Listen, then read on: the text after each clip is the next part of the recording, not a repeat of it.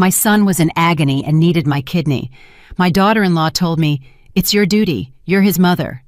The doctor was already getting ready to operate on me, when suddenly my 9-year-old grandson came running into the room and yelled, "Grandma!" I'll tell the truth about why my dad really needs your kidney. The entire medical team froze. I'm glad you're here. If you're watching this video, hit the like button, subscribe to the channel, and tell me in the comments where you're listening to my story of revenge from. I want to know how far it has traveled. I'm lying on the cold steel of the operating table. The white light of the surgical lamp is blinding my eyes. It's so bright, I want to squeeze them shut with all my might. But I can't. My whole body is stiff. And it's not from the cold. It's from a suffocating feeling, as if fate itself is squeezing my neck. The steady beep, beep of the heart monitor is a constant rhythm, but each beat is like a hammer striking my head. I can hear every sound in the room with crystal clarity. The metallic clinking of instruments as the nurse arranges them, the rustle of paper as Dr. Evans reviews my file, and even the faint whispers from the other side of the glass, where my daughter-in-law, Rebecca, is with her parents. I try to lift my gaze toward the opaque glass. There's Rebecca, her arms crossed over her chest, with a gaze as sharp as a razor blade.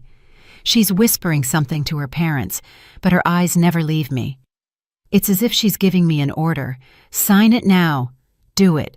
Don't hesitate. I've already signed the consent form to donate my kidney to my son Adam. That paper must be somewhere on the doctor's desk now, my shaky signature and unchangeable commitment. The nurse holds the syringe, and the anesthesia gleams under the light. I close my eyes. I try to take a deep breath, but my chest feels as heavy as lead. I think of Adam, my oldest son, whom I raised and sacrificed my whole life to protect. He's in the room next door, weak, waiting for my kidney to survive. I tell myself this is the right thing to do. As a mother, I have to do it. But why do I feel this emptiness in my soul, this nameless anxiety? Suddenly, a thunderous noise startles me. The operating room door bursts open, and a gust of cold air rushes in, making the instrument tray on the table shake and clink. The entire room seems to hold its breath. I open my eyes, trying to lift my head, even though the straps are holding me tight. My 9-year-old grandson, Mario, rushes in like a small whirlwind. His sneakers are covered in mud, his school uniform is wrinkled, and his little chest is heaving as he gasps for air. Behind him, a terrified nurse is chasing him, shouting, "Child, you can't come in here! My God, stop!" But Mario doesn't stop. He runs straight toward me, his big round eyes filled with fear, but also with determination. "Grandma," he says in a trembling voice, so clear it squeezes my heart. "I have to tell everyone why my dad really needs your kidney." The whole room falls silent. The beep-beep of the heart monitor now sounds louder, as if it wants to tear the space apart. A doctor nearby drops a pair of surgical forceps. The sound of metal hitting the marble floor is deafening, a sharp break in the tension. I look at Mario, my little grandson, whom I still carry in my arms and read stories to every night. There he is, gripping an old cell phone, his face pale but his eyes bright. What does he know? Why is he saying this? My heart is racing, as if it wants to jump out of my chest. I want to scream to ask him right there, but my throat is so dry I can't utter a word. Dr. Evans, the head surgeon, frowns. He raises a hand, signaling for the entire team to stop. His voice is deep but sharp. "Whatever you have to say it now." I see his gaze pass over me and land on Mario, as if he too is caught in this strange moment on the other side of the glass. Rebecca bangs on the door, making the glass shudder. "Don't listen to him!" she shouts in a shrill, almost hysterical voice. "He's just a kid, you'll see." But Rebecca's look is no longer cold. It's trembling with panic, as if a secret is about to be revealed. Mario doesn't look at his mom. He only looks at me. Gripping the cell phone in his small hand so tightly, his knuckles turn white. He takes a deep breath, as if gathering all the courage in his life. I want to sit up, to hug him, to tell him not to be afraid. But I can't move. I can only look. And in my little grandson's eyes, I see a pain, a truth he's trying to bring to light. In that instant, as the whole room holds its breath, memories of the past flood my mind like an avalanche, of those days when I thought my family was a closed circle, full of love and trust. I remember my old house in Chicago, where every corner smelled of disinfectant, a scent I'd become so used to, I didn't even notice it. I'm 67 years old, but sometimes I feel much older, as if time stole my vitality a long time ago. My husband, Joe, has been bedridden for more than 10 years. He sits in his old wheelchair, its wheels squeaking every time I push him into the backyard for some air. He hardly ever talks. Only every now and then does he let out a sigh, his gaze lost in nothingness. Once, I took his hand and asked him, "Joe, are you tired of this life?" He just blinked without responding. I don't know if he understood me or if I was just talking to myself. That house was my whole world, the place where I raised my 2 sons, Adam and Brandon. I did everything to get them ahead. I woke up at dawn to go to the market to sell produce. In the afternoons, I'd sit and sew clothes for the neighbors, and sometimes I'd stay up until midnight to mend torn shirts and deliver them on time. My hands became rough and calloused, my nails always with dirt from digging around in the market, but I never complained. I just wanted Adam and Brandon to have a better life, not to suffer like I did. Adam, my oldest son, was my pride. He was strong, tall, he worked in construction and always came home with a loud laugh. But in recent years, he started to get weak. At first, it was just tiredness. Then, little by little, I saw him pale with sunken eyes. And once, I felt a horrible terror when he told me he was urinating blood. I hugged him and asked, "Adam, what's wrong, son? Tell me." He just shook his head and smiled weakly. "Don't worry, Mom. It's probably just from all the hard work." Rebecca, my daughter-in-law, came into our lives like a strange wind. She was beautiful. She spoke sweetly. And at first, I truly believed she was a blessing for Adam. She took care of him diligently. She brought medicine home, watched his meals, and reminded him to take his pills at the exact time. All the neighbors praised me. "You're so lucky, Mrs. Jones, to have such a good daughter-in-law." And I believed it too. Every time I saw Rebecca give a bowl of soup to Adam, I'd tell myself I was just worrying too much. But sometimes I'd catch her cold, calculating gaze, as if she were hiding something. Once I saw her in the backyard, whispering on the phone late at night, in a low but hurried voice. "Don't worry, everything is going according to the plan." I asked her, "Rebecca, who are you calling so late?" She was startled and laughed nervously. "Just a friend, Mom. Go back to sleep." Brandon, my younger son, was different. He's 26 years old. He lives a few blocks from my house and works as a plumber and electrician. Brandon doesn't talk much, but every time he came to visit, he'd always bring something to eat, sometimes some oranges, other times some bread that was still warm. He'd sit next to me, fixing the ceiling fan that squeaked or changing a light bulb in the kitchen. Once he looked at me and said in his deep voice, "Mom, don't work yourself to death like this. I don't want to see you exhausted." I just smiled and waved my hand. "I can still handle it, Brandon. You worry about your brother. He needs you more." But Brandon just shook his head, his gaze full of concern. Mario, my little grandson, was my only joy in those heavy days. He's 9 years old and often came to my house with his little backpack on his back. Mario liked to sit in the backyard and play with some plastic cars I bought him at a flea market.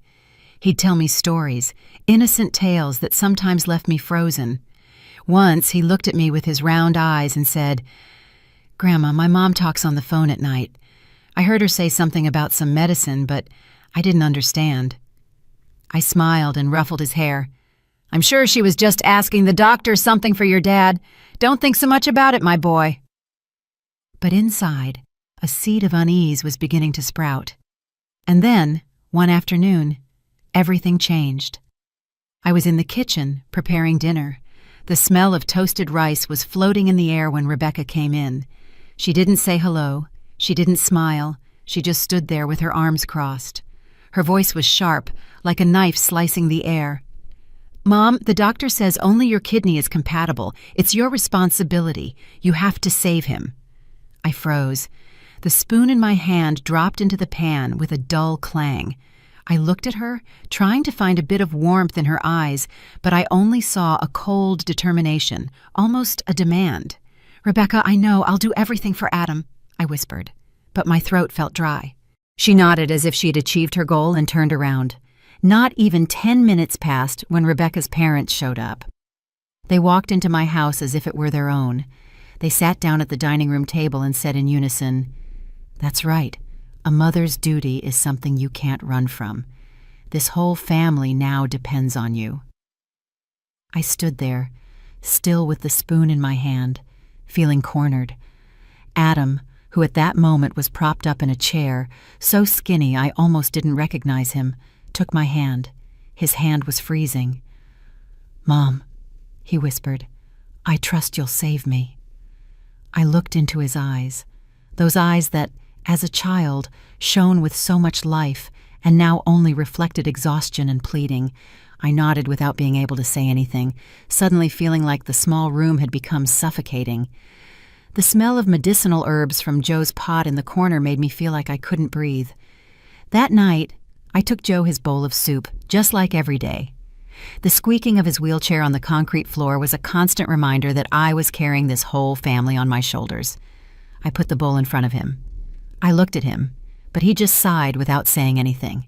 I wanted to tell him, to ask him if I was doing the right thing, but he was just there, as motionless as a shadow.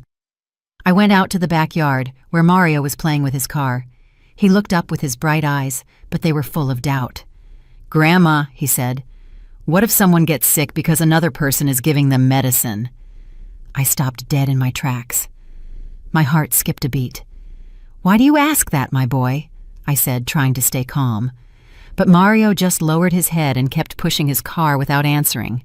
What I didn't know was that at that moment I was on the edge of an abyss, and only a few more steps would make me fall. The days that followed that afternoon when Rebecca came to my house and left me no choice, my life felt crushed by an invisible pressure, heavier than the suffocating summer heat of Chicago. I kept getting up early, going to the market to sell my vegetables and oranges, sitting under the dim light to sew clothes. But my soul was no longer at peace. Every step I took, every stitch I made, carried with it a question. Am I doing the right thing? Do I really have to sacrifice myself like this? But then Adam's pleading gaze, Rebecca's sharp words, and her parents' questioning looks clung to me without giving me a single moment to breathe. The next morning, when the sun was just peeking out, Rebecca was already at my door. I had just finished preparing tea. The scent of spearmint was just beginning to fill the house when she walked in, without knocking, without saying hello. "Mom," she said in a voice as firm as a nail, "the doctor says there isn't much time left. If you keep hesitating, he could be in danger." She put a stack of medical papers on the dining room table, white pages filled with numbers and signatures I didn't quite understand. She pointed to each line as if she were teaching a child. "It says clearly here that you are the only compatible one. No one else can save him." I stood there holding the teapot. The hot water was burning my fingers, but I didn't feel the pain. I only heard the sound of the broom scraping the concrete as I started to sweep the house, a way to escape Rebecca's gaze. "I heard you," I said in a barely audible voice. "I'll do everything for Adam." But inside, a heavy rock was weighing me down, making me want to scream, to run away. I kept sweeping. The sound of the broom was like a sad rhythm, trying to drown out Rebecca's words. But she didn't stop. She just stood there, watching me as if she expected me to agree once more to confirm I wouldn't dare refuse. When she left, I sat in a chair and covered my face with my hands. I thought of Adam, of the days when he was little and would run after me at the market, clinging to my skirt and laughing out loud. "Mom, when I grow up, I'm going to build you a beautiful house." Now he lay there, skinny, pale, a shadow of what he once was. I wondered if I could let him go without doing anything, but every time I thought about donating my kidney, I was filled with fear. A fear not of the surgery, but of the feeling that I was being pushed towards something bigger, darker, that I couldn't see clearly.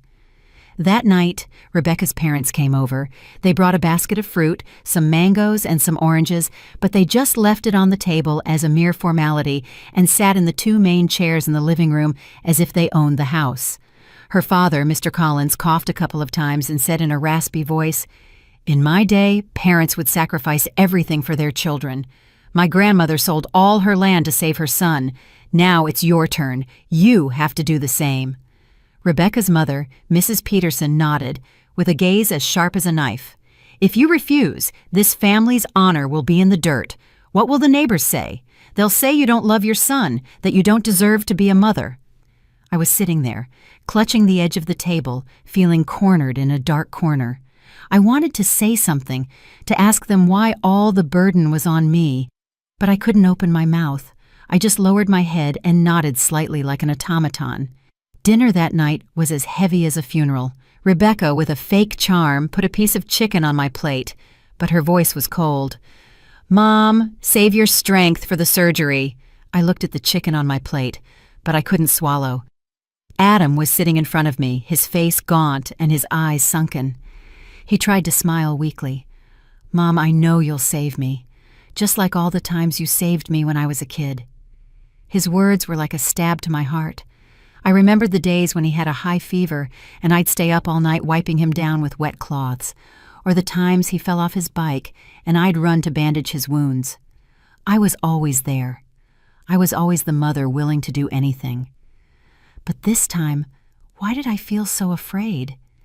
Brandon was sitting in a corner of the table, silent as a shadow. He didn't eat.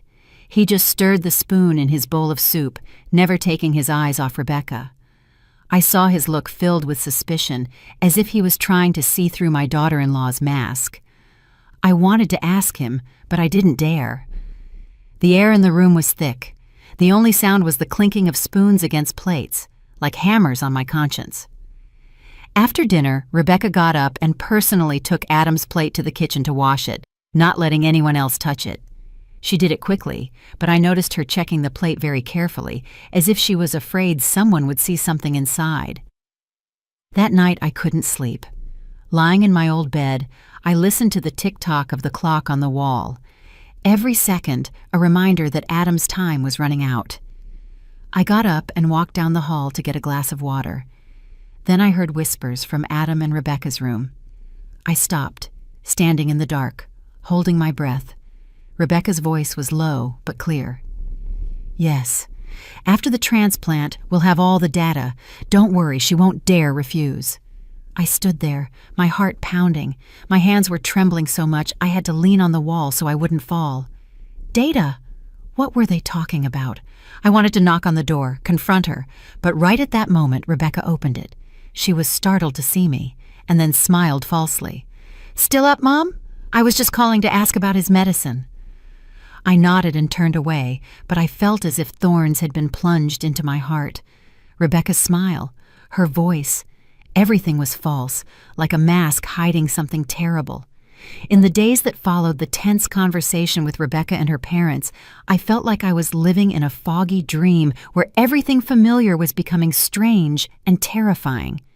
I continued with my daily tasks, going to the market to sell, sewing clothes, feeding my husband Joe, but every action was mechanical, soulless. My heart was heavy, as if a black cloud hung over my head, and Rebecca's words, Adam's pleading gaze, they spun in my mind without giving me a second of peace. But then, one afternoon, when Mario, my 9-year-old grandson, came over, the first crack appeared in the wall of trust I was trying to keep standing. Mario came in with his sneakers stained with mud and his little hands still sticky from art class paint. He left his old backpack in a corner, sat on the floor, and took out the plastic car I had bought him at the flea market last year. I looked at him trying to smile, but my mind was in a jumble. Mario had always been a little light in my dark days with his innocent stories and his crystalline laugh, but that day he didn't smile. He pushed the car back and forth on the floor with a lost look, and suddenly he lifted his head and stared at me.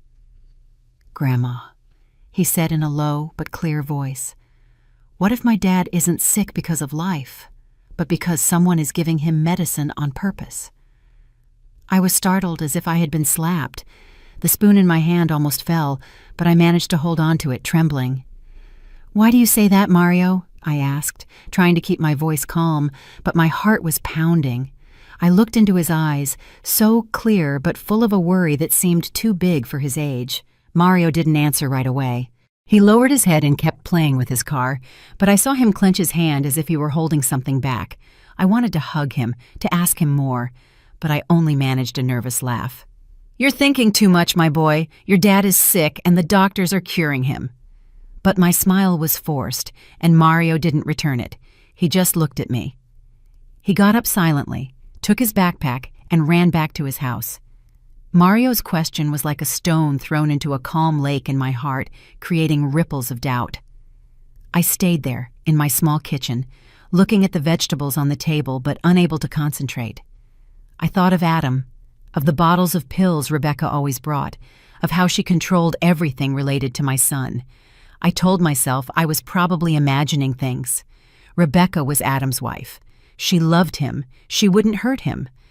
But deep in my heart, I knew something wasn't right.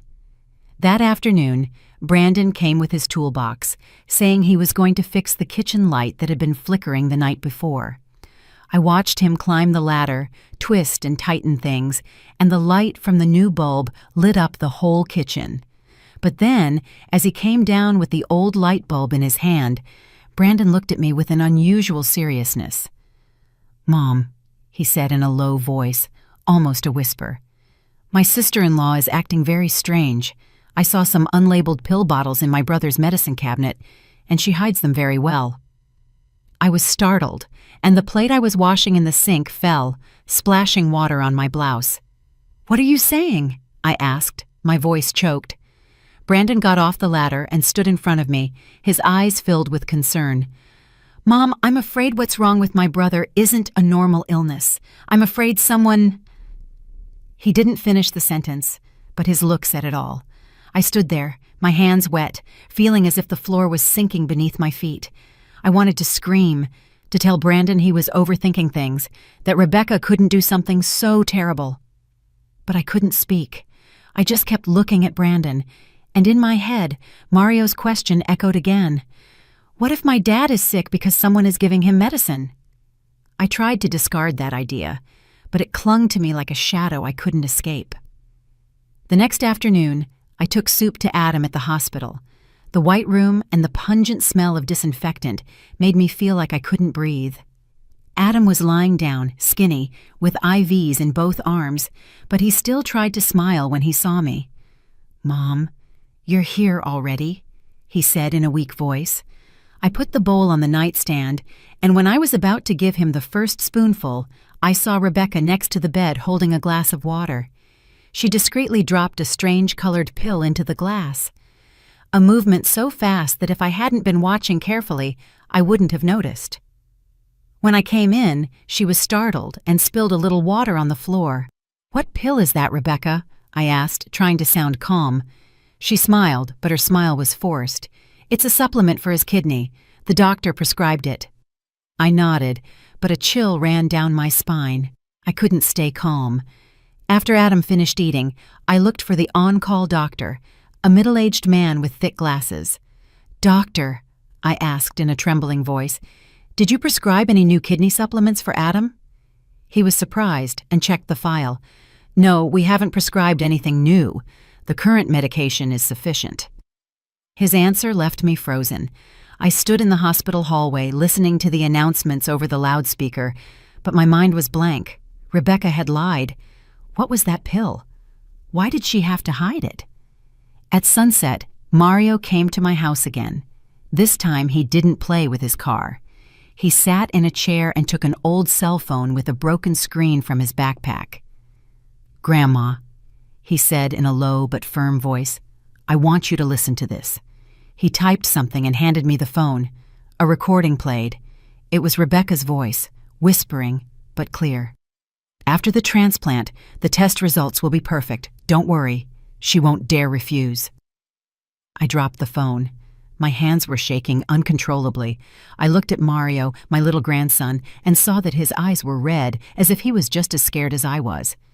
"I found it on my mom's old phone," he said in a choked voice. "I don't know what it is, but I thought you should know." I hugged Mario, trying to hold back the tears. "You're so brave, my boy," I whispered. But inside, everything was falling apart. Test results. What was Rebecca talking about? I thought of Adam, of the unlabeled bottles, of Brandon's suspicious look, of the strange-colored pill in the glass of water. They were loose pieces of a puzzle, but little by little they were fitting together, forming a picture I didn't dare look at directly. That night, I didn't sleep. I sat in my silent house, listening to the tick-tock of the clock.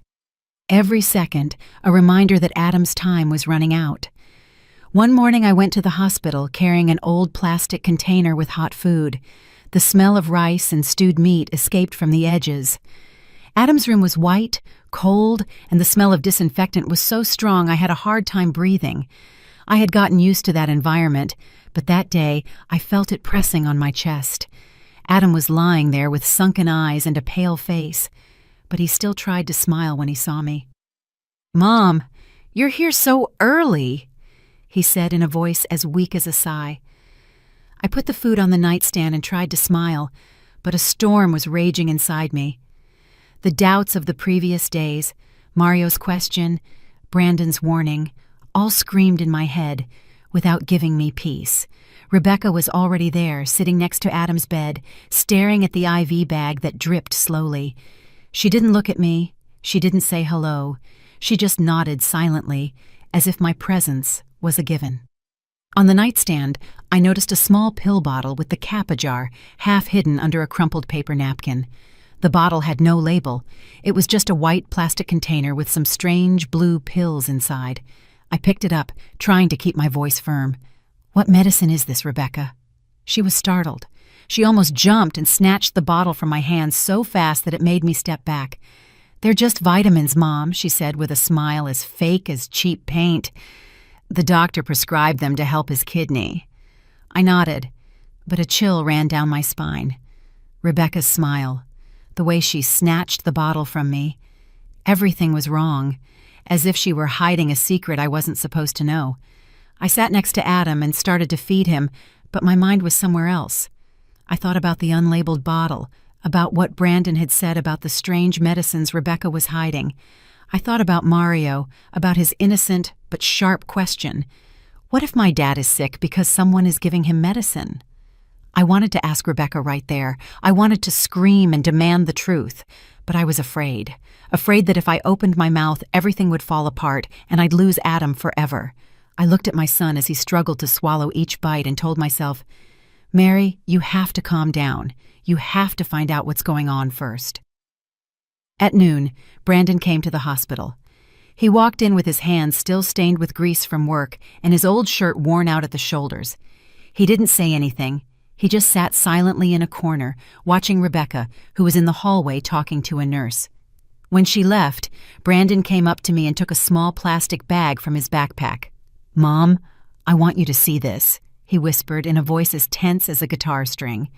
He showed me his phone. On the screen were some blurry photos, but clear enough to stop my heart.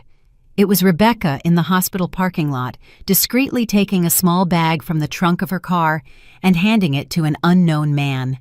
The man was wearing a black jacket and a cap that covered most of his face, but I could clearly see the bag of medicine in Rebecca's hand.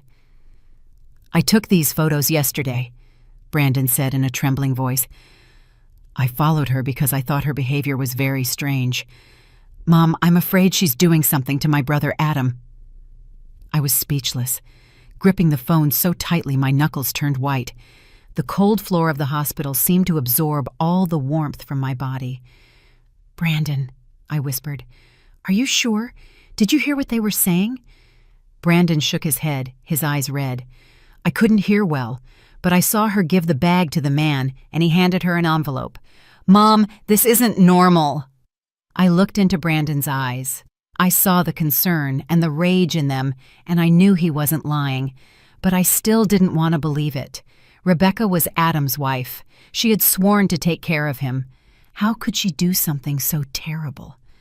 That afternoon, when I returned home, Mario came again. He didn't run or play as usual. Instead, he sat silently in a chair, hugging his backpack. "Grandma," he said in a low but determined voice, "I want you to hear something." He took the old cell phone with the broken screen from his backpack and, trembling, played an audio file. Rebecca's voice echoed, whispered, but clear as a knife plunging into my heart. "After the transplant, the data will be complete. Don't worry, that old woman won't dare refuse. This result is worth 100 times more." I became rigid. I dropped the phone on the table, my hands shaking uncontrollably. I looked at Mario, my little grandson, and saw his eyes were red, his lips pressed together as if he was holding back tears. "I found it on my mom's old phone," he said in a choked voice. "I don't know what it is, but I thought you should know." I hugged Mario, feeling as if the whole world was collapsing at my feet. "You're so brave, Mario," I whispered, but my voice broke and tears rolled down my cheeks. I thought of Adam, of the unlabeled bottles, of Brandon's photos, of Mario's recording. They were loose pieces, but they were fitting together, painting a dark picture I didn't dare confront. What was Rebecca doing? What data? What results? And why did she say, "That old woman won't dare refuse"? I felt betrayed, not just by Rebecca, but by my own faith in family, in love. That night I didn't sleep. I sat in my silent house, listening to the sirens of an ambulance in the street, the red and blue lights flashing through the window like cuts in my soul. I thought of Adam, of how he was getting weaker every day, of the strange medicines, of Rebecca's calculating whispers. I thought of Brandon, of the suspicion and worry in his eyes, and of Mario, the 9-year-old who had bravely brought me the truth. I held my head, feeling like my brain was going to explode. I wanted to run to the hospital, confront Rebecca, scream and demand an explanation, but I was afraid that the truth was even more horrible than I imagined, afraid I wouldn't have the strength to bear it. I got up, went out to the backyard, and looked at the pale moonlight. I thought of Joe, my silent husband, who could only sit and watch everything. I wanted to tell him, to ask him what I should do, but I knew he wouldn't answer me. I was alone with the pieces of a truth that were slowly revealing themselves.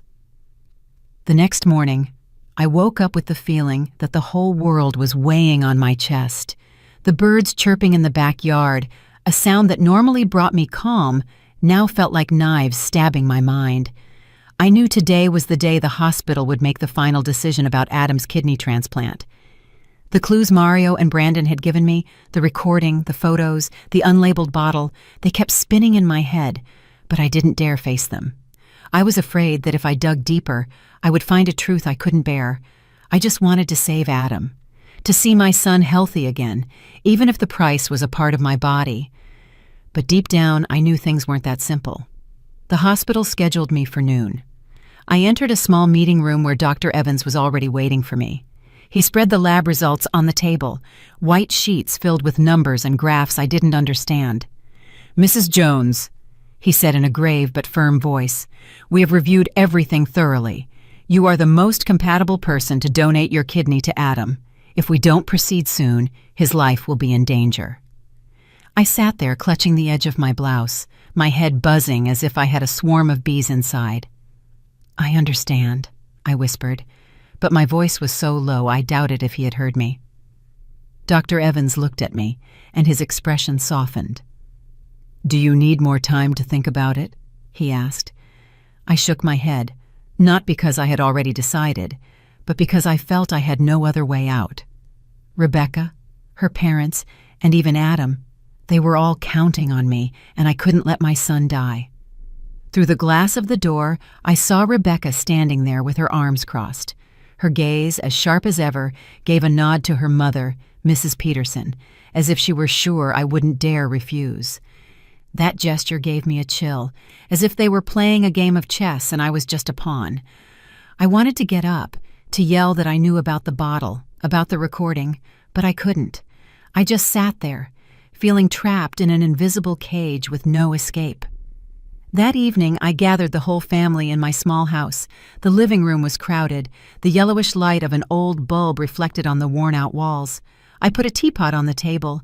The scent of spearmint couldn't disperse the heavy atmosphere.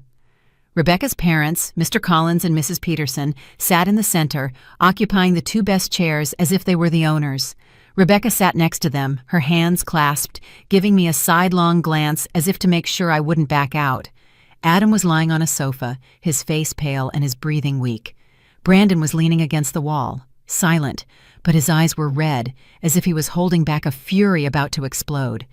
Mario was huddled in a corner, hugging his small backpack, his eyes filled with distress. I took a deep breath. My hands trembled as I set the teapot down. "I've made a decision," I said in a trembling voice, but trying to sound firm. "I'm going to donate my kidney to Adam." The room exploded like a bomb. Mrs. Peterson clapped and said in a shrill voice, "That's a real mother. I knew you wouldn't disappoint this family." Rebecca covered her face. Tears were streaming, but I saw how she clenched her fists as if she were acting in a play. "Oh, Mom," she said in a choked voice, "I knew you love him more than anyone. Thank you." Adam looked at me with eyes clouded by exhaustion, but he still managed to say, "Mom, I owe you my life." His words broke my heart like a dagger to the chest, but then Brandon jumped up and hit the table hard. The bang made the teacups vibrate. "No!" he yelled, his voice trembling with rage. "Mom, don't you see? You're sacrificing yourself for a wicked plan. She's using you, and she's using my brother Adam." The air in the room became thick. The only sound was the buzzing of a mosquito around the light bulb. Rebecca leaped to her feet and pointed at Brandon. "What are you saying? How dare you accuse me? I do everything for my husband." But Brandon didn't back down. He came closer, his gaze on fire. "Accuse you? And what about those unlabeled bottles and those midnight calls? Mom, you can't let them deceive you."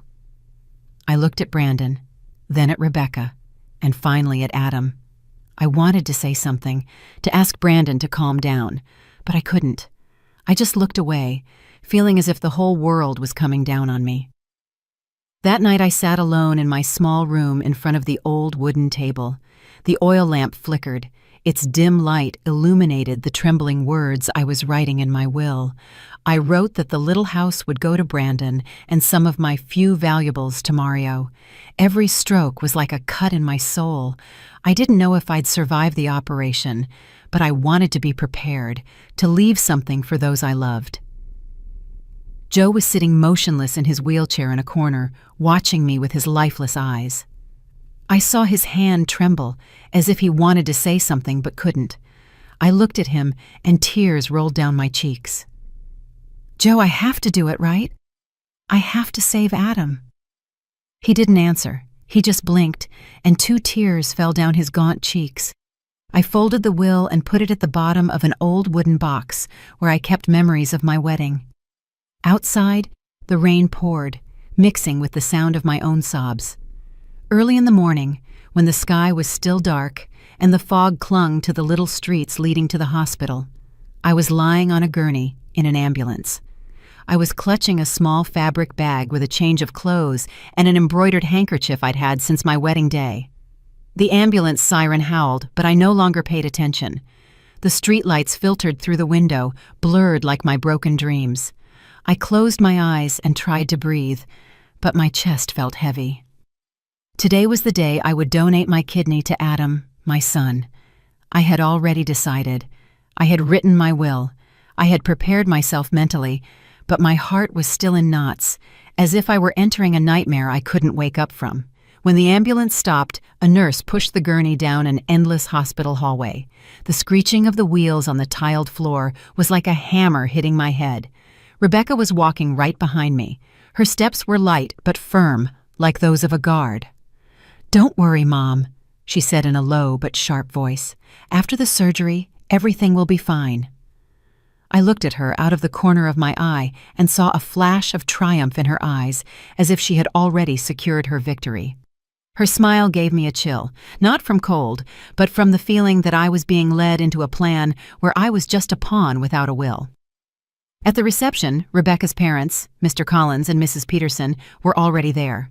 They were dressed up. Mr. Collins in an old but well-ironed suit, and Mrs. Peterson in a bright red dress, as if they were coming to a big event and not to a surgery. They took Rebecca by the arm and greeted the doctors with an exaggerated friendliness, as if they had known each other all their lives. I heard Mrs. Peterson laugh loudly as she said to a young doctor, "Thank you for all your support, doctor. We won't forget this favor."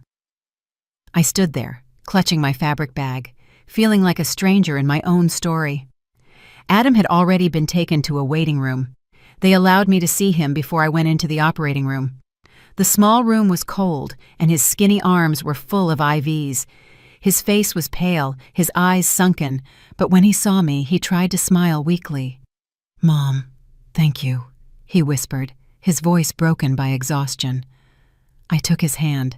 It was freezing, and I felt like crying. "Adam, I'll do everything to make you get better," I told him, but my voice trembled, as if I were trying to convince myself. I looked into my son's eyes. I saw an absolute trust in them and wondered, am I doing the right thing, or am I risking my life for something I don't fully understand? Suddenly, Brandon came running in with his hands still stained with grease from work. He was gasping. His shirt was soaked with sweat, as if he had run a long distance. "Mom, don't do it," he said, almost pleading as he grabbed me by the shoulders. "I beg you, don't donate the kidney. Something isn't right." I looked at Brandon. I saw his red eyes filled with rage and concern. I wanted to tell him that I had already decided, that I couldn't let Adam die. But the words wouldn't come out. I just put my hand on his, squeezed it gently, and let the nurse take me away. Brandon was left there, powerless, shouting behind me, "Mom, listen to me!" But I didn't turn around. I didn't dare turn around because I was afraid that if I looked into Brandon's eyes, I would fall apart. The hospital hallway was long and cold. The smell of disinfectant was so strong it made me nauseous. An impersonal voice sounded over the loudspeakers. "Operating room number 3, prepare for kidney transplant." They took me to a changing room where a nurse put a cap and a mask on me. The cold blue gown they put on me was a reminder that I was about to lose a part of my body. I looked at myself in the mirror. I saw my gaunt face, my eyes surrounded by dark circles. I asked myself, "Mary, what are you doing? Are you sure this is the right thing to do?" But then the image of Adam in the hospital bed appeared in my mind, and I gritted my teeth and went on. As I walked down the hallway, I saw Rebecca and Mrs. Peterson standing by a glass window, talking to an unknown man. He was wearing a black jacket and a cap that covered his face, identical to the man in the photo Brandon had shown me. I saw Rebecca hand him an envelope, and he quickly put it in his jacket pocket. My heart started to beat hard. A cold sweat ran down the back of my neck. What were they doing? What was in that envelope? I wanted to stop, to scream and demand an answer, but the nurse took my arm and led me into the operating room. Inside the operating room, the white light shone directly into my eyes, so bright I had to squint. Dr. Evans was there, his face serious but calm. "Everything is ready, Mrs. Jones," he said in a grave voice.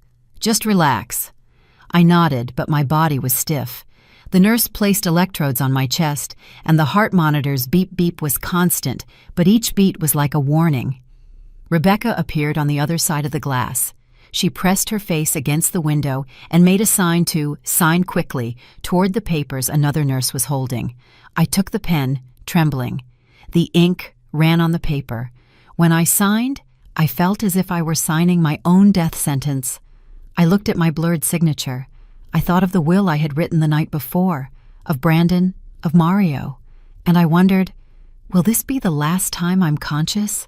Just as the doctor was getting ready to inject the anesthesia, my heart was beating furiously. A cold sweat was soaking my back. I closed my eyes. I tried to breathe, but images of Adam, Brandon, Mario, and Rebecca were spinning in my head. I thought of Mario's recording, of the unlabeled bottle, of Brandon's photo. I wanted to stop it all, but I couldn't. I had come too far. I had signed. I had entered this room. I could only lie there, waiting with a fear that was drowning my heart. But then, just as the nurse was about to inject the anesthesia, a crash made the whole room tremble. The door burst open. The screech of the hinges ripped the air. All the doctors and nurses were startled. Some turned around abruptly with panic in their eyes. Mario came in like a small whirlwind. His sneakers were still stained with mud. His school uniform was wrinkled, and his little chest was heaving as he gasped. He was tightly holding his old cell phone with the broken screen as if it were the most valuable thing in the world. A nurse ran after him, shouting desperately, "Child, you can't come in here! My God, stop!" But Mario didn't stop. He ran straight toward me, his big round eyes filled with fear, but burning with a determination I had never seen in a child. "Grandma," he said in a trembling voice, but so clear it froze everyone in the room. "I have to tell everyone why my dad really needs your kidney." His words were like a bomb that exploded in my head. I held my breath. My heart seemed to stop. The operating room fell into an absolute silence, broken only by the beep-beep of the heart monitor, which now sounded louder, as if it wanted to shatter the stillness. A nearby doctor dropped a pair of surgical forceps. The metallic sound against the marble floor was deafening, a sharp cut in the tense air. Dr. Evans, the head surgeon, raised a hand, signaling for the entire team to stop. He frowned, but his voice was calm and firm. "Let the boy speak.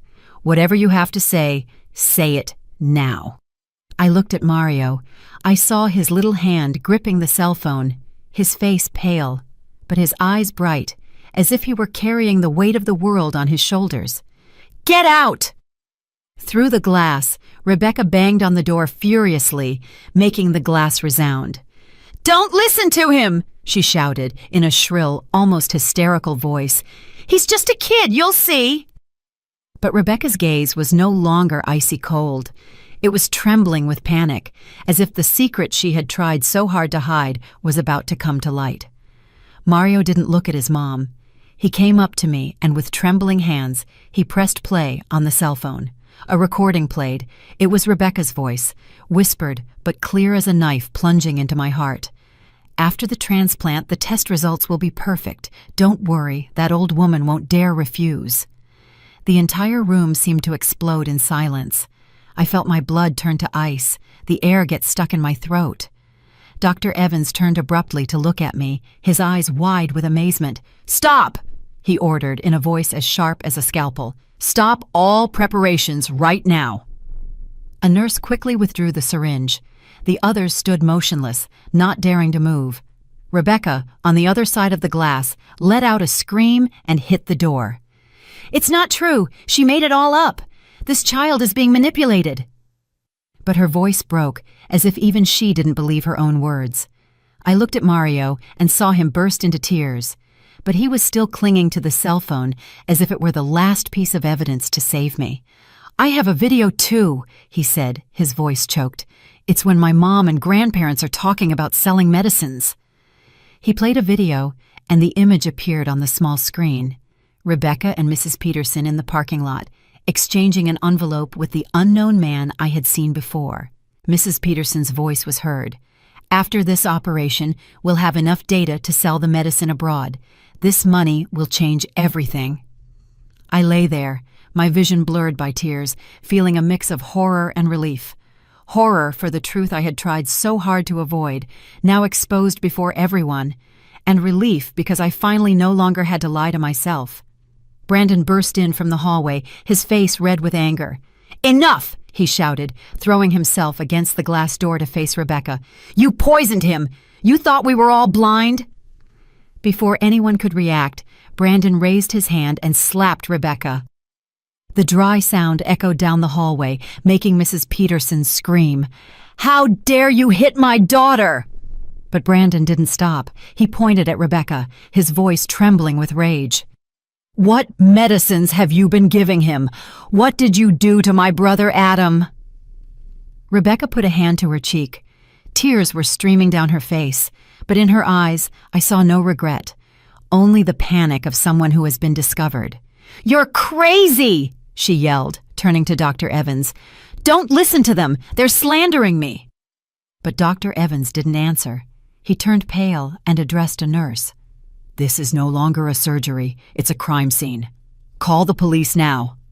A nurse ran out, while the others stood there, looking at each other in confusion. I lay there, feeling the world crumble. Tears were rolling down my cheeks, but I didn't wipe them away. I looked at Mario, my little grandson, who had bravely burst into the operating room to save me. I looked at Brandon, my younger son, who had tried to protect me at all costs. And I thought of Adam, my son, who lay in the room next door, not knowing that the wife he trusted had betrayed him. I stayed there, letting the tears flow, letting the truth seep into every fiber of my being. In that moment, I understood that everything had changed. The truth had burst out like a door being knocked down, and nothing could hide it now. The operating room, which had been cold and silent before, had become a chaotic battlefield. The confused nurses looked at each other, not knowing what to do. Dr. Evans frowned. His sharp gaze scanned each person as if he were trying to maintain order in the middle of the storm. I lay there, my vision blurred by tears, but unable to take my eyes off the scene.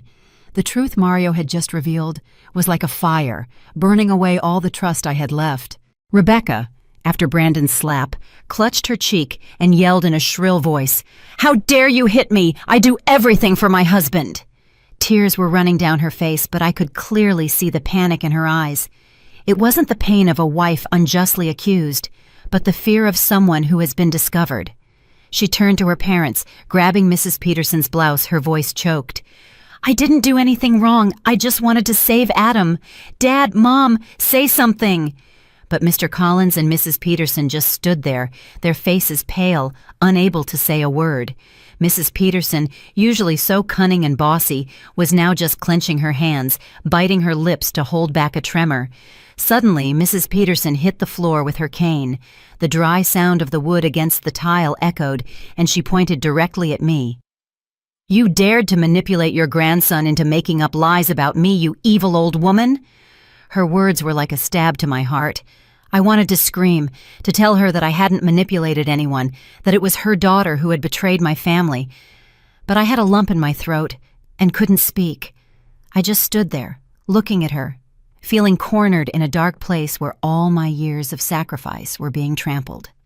Mr. Collins, Rebecca's father, whispered discreetly to a doctor he knew who was nearby, in a low but hurried voice, "Please, continue with the surgery. We'll take care of everything. We just need this to be over." He slipped an envelope into the doctor's hand, but Dr. Evans came over immediately with a voice as cold as ice. "The law decides here, not money."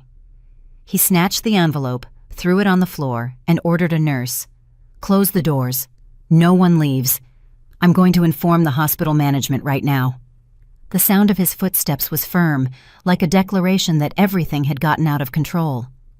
Brandon, from the hallway, burst into the operating room, ignoring a nurse's attempts to stop him. He grabbed me by the shoulders, his eyes red, and shouted, "Mom, don't donate the kidney. It's all their plan. She poisoned my brother. Don't you see, Adam?" Brandon's voice trembled, full of rage and pain. I looked into his eyes and saw the desperation of a son trying to protect his mother. I wanted to say something, to comfort him, but I couldn't. I just stood there, feeling the world crumble beneath my feet. From the preparation room next door, Adam's weak and confused voice was heard. "What's going on? Why are they arguing?" He tried to sit up, breathing with difficulty. The IVs in his arm trembled with the movement. I heard my son's voice, and my heart broke into 1,000 pieces. Adam knew nothing. He didn't know that the wife he loved, the one he trusted, had dragged the whole family into a dark conspiracy. I wanted to run to him, hug him, and tell him everything would be all right, but I couldn't move. I only lay there with tears streaming, feeling torn between my love for Adam and the horrible truth that had just come to light. Mario, standing beside me, broke into a fit of sobbing, but he still lifted the cell phone and said in a choked voice, "I have another video. This is when my mom gives the medicines to my grandparents." He played the video, and the image appeared on the small screen. Rebecca and Mrs. Peterson in the parking lot making the exchange with the unknown man.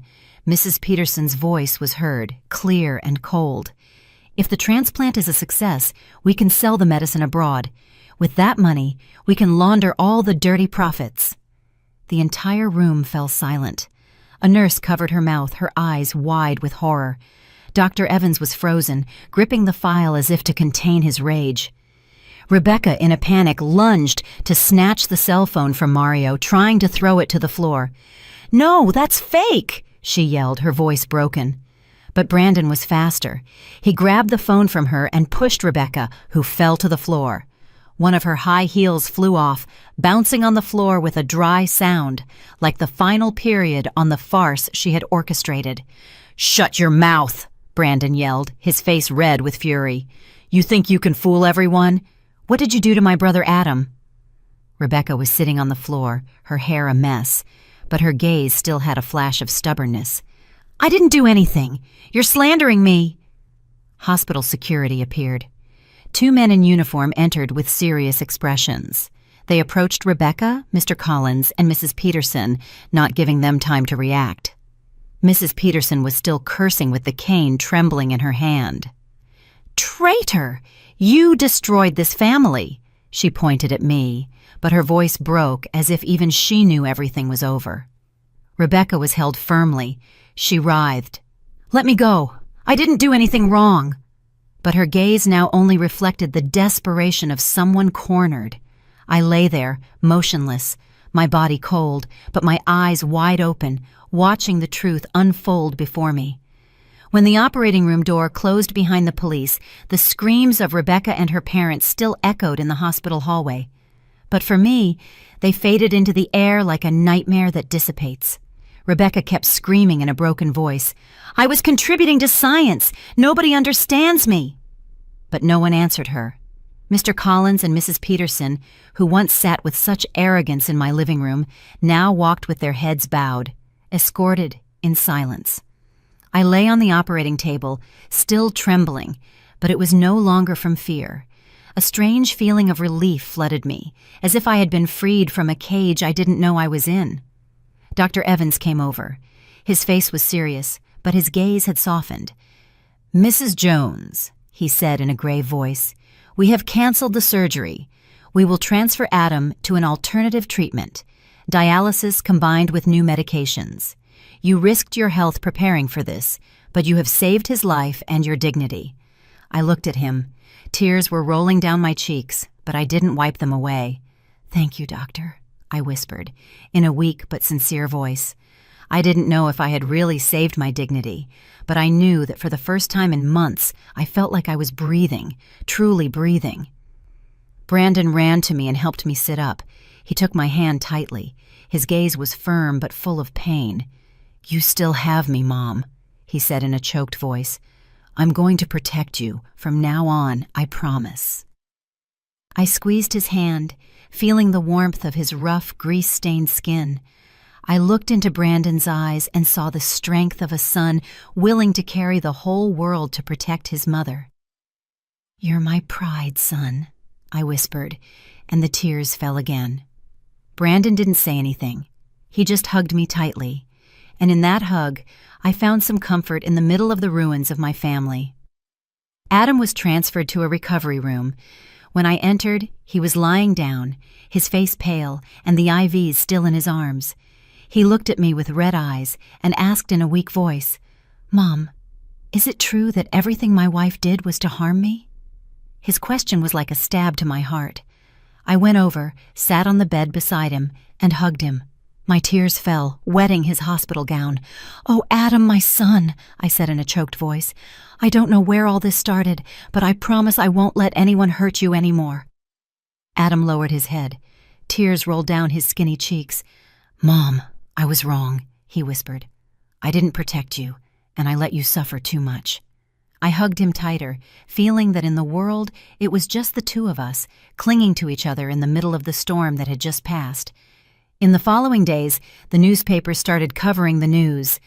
"Drug trafficking ring busted at local hospital," the headlines screamed. They wrote about a group of doctors and pharmacists involved, in which Rebecca, Mr. Collins, and Mrs. Peterson were key players. They had been testing illegal drugs on patients like Adam, using the kidney transplant as a smokescreen to collect data for an international organization. Reading those words filled me with horror and pain. I thought of Rebecca, of the times she served me food, of her sweet words that I now knew were false. I thought of Adam, of the months he suffered without knowing that his own wife was putting him in danger. Adam began his dialysis and medication treatment. His health improved slowly, but steadily. One afternoon he took my hand, lowered his head, and said in a choked voice, "Mom, I was blind. I trusted Rebecca and almost let you lose everything." I stroked his head like I used to when he was a child and told him, "Son, what's important is that you're still here. That's all I need." But in my heart, a scar had formed, not just from Rebecca's betrayal, but because I had let myself be led to the brink between life and death without asking questions. I went back to my little house where Joe was still motionless in his wheelchair. I sat beside him and told him everything, from Mario's recording to the scene of Rebecca being handcuffed. I don't know if he understood everything, but when I finished talking, I saw him blink and 2 tears rolled down his gaunt cheeks. I took his hand, squeezed it, and for the first time in years, I felt a small response from him, a weak squeeze, as if he were trying to tell me he understood. I burst into tears, not from pain, but because I knew that despite everything, I still had him. I still had my family. Mario became the little hero of the neighborhood. The day he came home, he ran to me, hugged me around the neck, and whispered, "Grandma, I'm sorry I took so long to speak up, but at least I got there in time to save you." I laughed through my tears, hugging the boy, feeling the warmth of his small body. "You're the bravest person I know," I said, ruffling his hair. Mario smiled, the first smile I had seen from him in days. I looked into his eyes and saw that his innocence was still there, although it was stained by what he had had to witness. I promised myself I would protect Mario, give him a childhood that no one could steal from him. The last night, I sat in my small room under the flickering light of the oil lamp. I opened my old diary and wrote the last lines. Blood doesn't always make you family. Sometimes it's the truth that shows you who really deserves to be called that. I lost a lot, but I found myself. I closed the diary, put down the pen, and listened to the rain hitting the backyard roof. I felt a strange calm, as if the storm had passed, leaving a clear sky. I looked out the window. I saw the pale moonlight illuminating the backyard, and I knew that even if the road ahead was long, I would never again let myself be blinded. I had regained my own strength, and that was the most valuable thing no one could take from me. The story you've just heard has been changed in names and places to protect the identity of the people involved. We are not telling this to judge, but with the hope that someone listens and stops to reflect. How many mothers are suffering in silence inside their own homes? I truly wonder, if you were in my place, what would you do? Would you choose to be silent to keep the peace? Or would you dare to face everything to reclaim your voice? I want to know your opinion because every story is like a candle that can light the way for someone else. God always blesses, and I am convinced that courage leads us to better days. Meanwhile, on the final screen, I leave you with 2 of the channel's most beloved stories. I'm sure they will surprise you. Thanks for staying with me until this moment.